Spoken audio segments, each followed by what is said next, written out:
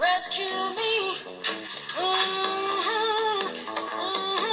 A young woman from New Jersey is using photography as a means of increasing suicide awareness and sparking conversation around mental health. Brittany McIntyre of the Beautifully Broken Project joins us now in studio at Walk in My Shoes Radio. Brittany, you are so very welcome. Thanks for having me. Yeah, you're originally from the US, Brittany. What led you to move to Ireland? Well, I joke sometimes. I tell people, oh, my plane just got lost and I just got off of Dublin and wandered. That's not actually what happened. My wife was actually from Dundalk, and we were together for quite some time before I moved over. Yeah. But she would be one of the big reasons that I did move over here. I'm here 8 years now next week. And it's quite an accent. I know, yeah. Well, sometimes when I'm talking to like my mother or my cousin, they're like, you don't even sound like you're... And I used to have a really thick New Jersey accent. Yeah, it's gone now. I don't know what happened. But no, I love it here now. And moving over here to be with Anya and kind of it was better for my mental health. Moving here was one of the smartest decisions I ever made. So I'm glad that I did it. It was a big move, but I'm glad that I did it now. So... Yeah, because we were trying to work out what station you're at, Brittany. I'd been in touch, well, we were in touch together a while ago because I heard you on the radio. I think it must have been about a year ago, yeah, 2 years ago. It's got to be now, yeah. And you were amazing. Thank you. And what the project you're going to tell us all about, your project of photography and that side of it, and being honest enough to share at that stage. Yeah. I just remember sitting in the car. It was kind of one of those interviews where I didn't want to get out of the car, and I just thought... I'm glad to hear that. No, but it's an amazing project. I think that's why I got in touch with you and thought, could we do something more about it? So it'd be great to hear about the project and also where it is now for you. Yeah, and, absolutely. You know, so it's Broken Bones. Oh no! What's the project is? Beautifully Broken Project. Oh, Beautifully Broken Project. Somebody's broken somehow. Yeah, that's it. We're all a little broken. The Beautifully Broken Project. So, well, I'm 3 years doing it now, and it started way back in 2014. It seems like so long ago, but it's not.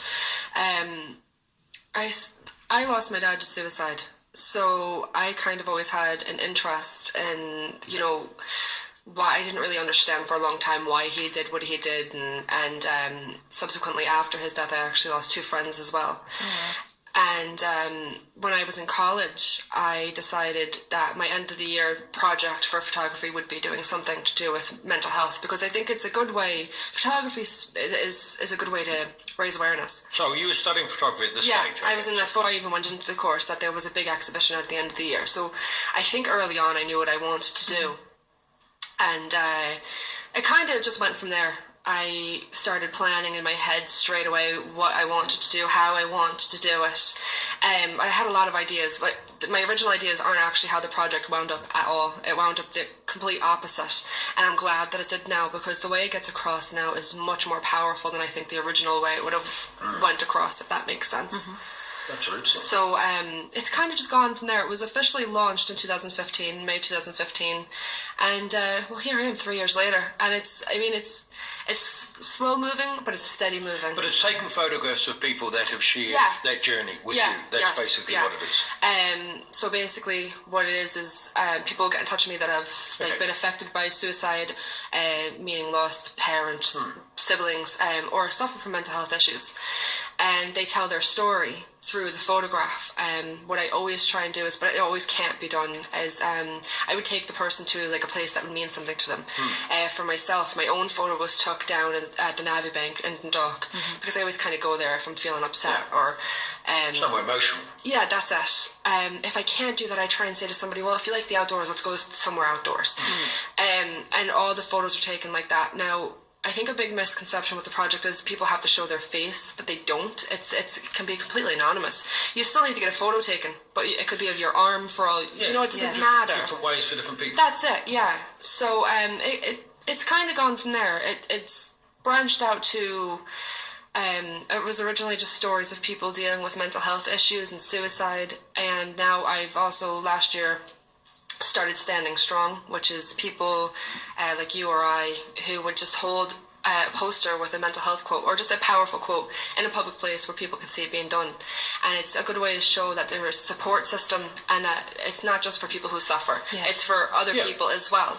So I've been trying to think of ways to branch out and get more people involved, if that makes any sense. Do you find, Funny enough, I just launched a photography exhibition last week for family victims of homicide, and it was very the same. And people coming up and saying there was so much therapeutic work around not just the photography, but around the people that they met and families and support. So would you find that as well? When people approach you and you take their photo, do you find that it's good for them?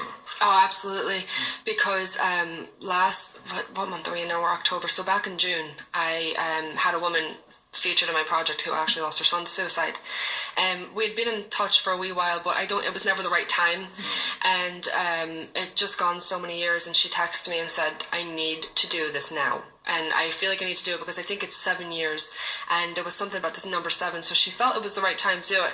Her story has gotten hundreds of shares and likes. People can relate, parents and stuff like that. She's a strong story, so it's very helpful to families. Touches everybody. That's it. There's not one person that could say, oh, mental health doesn't affect me. Because in my opinion, I just think you'd kind of be fooling yourself saying that. Because years ago, before my dad took his own life, I would have said that. But it comes knocking at your door, and your life is never the same. Yeah.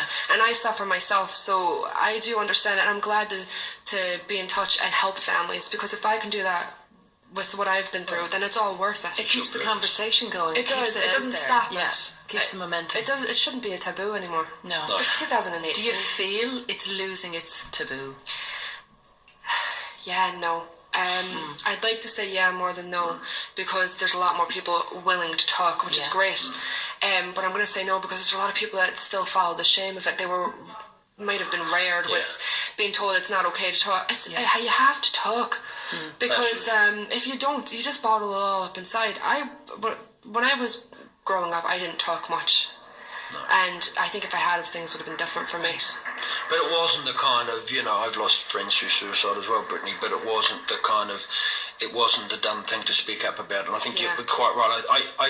I don't like to use the word stigma anymore. I like to use the word, we're just got to have greater understanding that mental health at times is irrational, that people that take their own lives, it's an irrational stage of their lives. Absolutely. People can't piece it together because they don't understand it. They'll say, if you don't understand it, she was in great form last week. Yes, that's often the case, because they've made a decision that the hurt is going to stop. And it's great that people like you and what you're doing are bringing that out so that people can take a softer way to understanding and say, hey, I want to know more. I want to know more. Yeah, because it's the curiosity thing. With every story I put out, or everybody that's standing strong, there's more curiosity, and you're finding more people. It's just about getting more people involved. If more people get involved, then there won't be a stigma in 5 years' time. And Brittany, just on a personal level for you, again, following the theme, the photography itself, it's art. You're creating beautiful art. Do you find it is it soothing for you to make beautiful images? Yeah, it is, definitely. Like, I love photography, and when I'm feeling stressed, I always just try and get out and do my photography.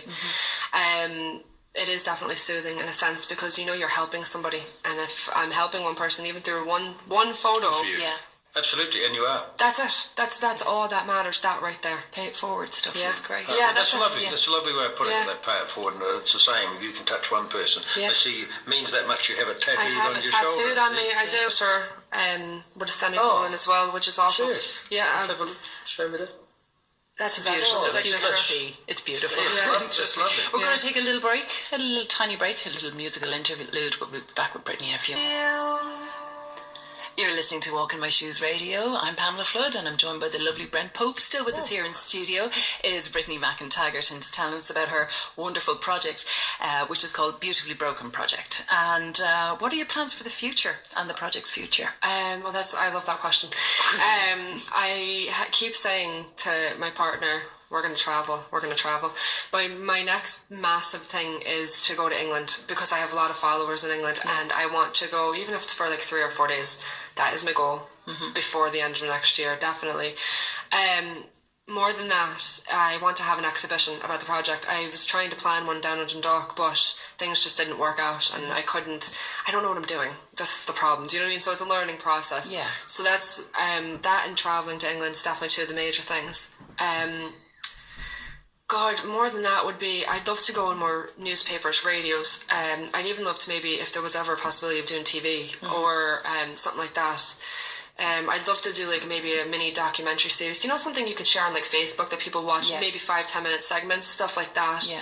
And over that would be a book. I always love to write, and having a book is something that's massive for me. So well, that would be a lovely photography book with the stories and the sun. So I'm sure this is a great launch pad for you, but now I'm sure there's people out there that are sitting there now thinking, you know, that they might have an exhibition space for you or something to do, or they can help in a way like that. And I know how difficult it is myself, because I got a gallery up and running for 2 years, and it was hard work getting the space. And people will always tell you, oh yeah, I'll help, I've got this space or something. So if you're out there and you have a space that could run an exhibition like that, absolutely, please get in touch with Brittany. I think it's a great project. I think people really get a lot out of it. So I appreciate it. It's time for people to rally around and pay it forward, as you see, and do something for because I think if I can have an exhibition and show people just the images and a little bit about what I'm doing, that's going to make a difference. And you know, being able to appear in more radio stations and newspapers and magazines, there's no reason I shouldn't be able to do it.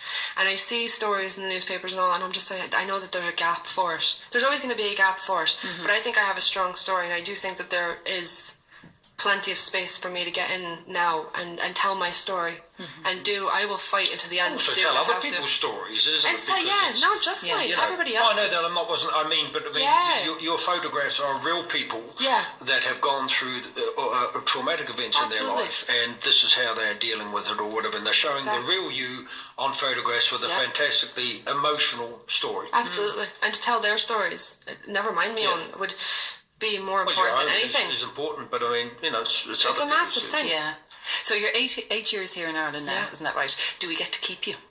Oh yeah, I'm staying. I wouldn't move back to America. I said to Orny, that's my partner now, I says to her, everyone here's dying to go. I know, I would love to go back to America, and I think I have a massive following in America for the project as well, so I know that if I do go back, hopefully maybe sometime, that it'll be for the project, I'm going to travel to a few states and tell the stories of people. That's why it's so important for me to get the word out there. Also, there's a huge Irish-American society out there who've probably gone to the States in early years and suffered, you know, in those various ways. And, you know, so I think it's a good thing. England's my next spot. America's a little while down the way. But it's great to have that, you know, in your mind. Goals. Yeah. That's my project goals, and I will get them, and I will do them. Good for you. Have to ask McIntaggart. Sounding Scottish to me. That's my wife's last name. No, she's Irish. Unless she's got a bit of Scottish in her, I don't know. No, McIntaggart's Irish. I took her last name. I hated my last name, so I was glad. We're intrigued now. What is your last name? Apgar, but it's terrible. We all hated our own names. It's a silly thing to be ashamed of, but I didn't. I always was. Brent Pope. I fit in better with McIntaggart, don't I? And Ireland. McIntaggart's great. Yeah. It's powerful. I think it's a really strong name. Yeah. There you go. Warriors. I'm a powerful person. Yeah. That's married into the right family. Yeah. Brittany, it's been an absolute pleasure talking to you. Inspiring is a word that's having me on. Knocked around an awful lot, but it is inspiring listening to your story. I think it's amazing what you're doing. Thank you very much. Keep on doing it, and I look forward to hearing about your amazing exhibitions in the UK. Well, anybody who wants to find out, I'm on Instagram and Facebook, and everything's there, so people can find it on there and get involved. Please get involved. Let's hope people come forward. I would love that. Please. I'm sure they will. Godspeed. Thank you very much. Thank you very much. Time for a bit more music.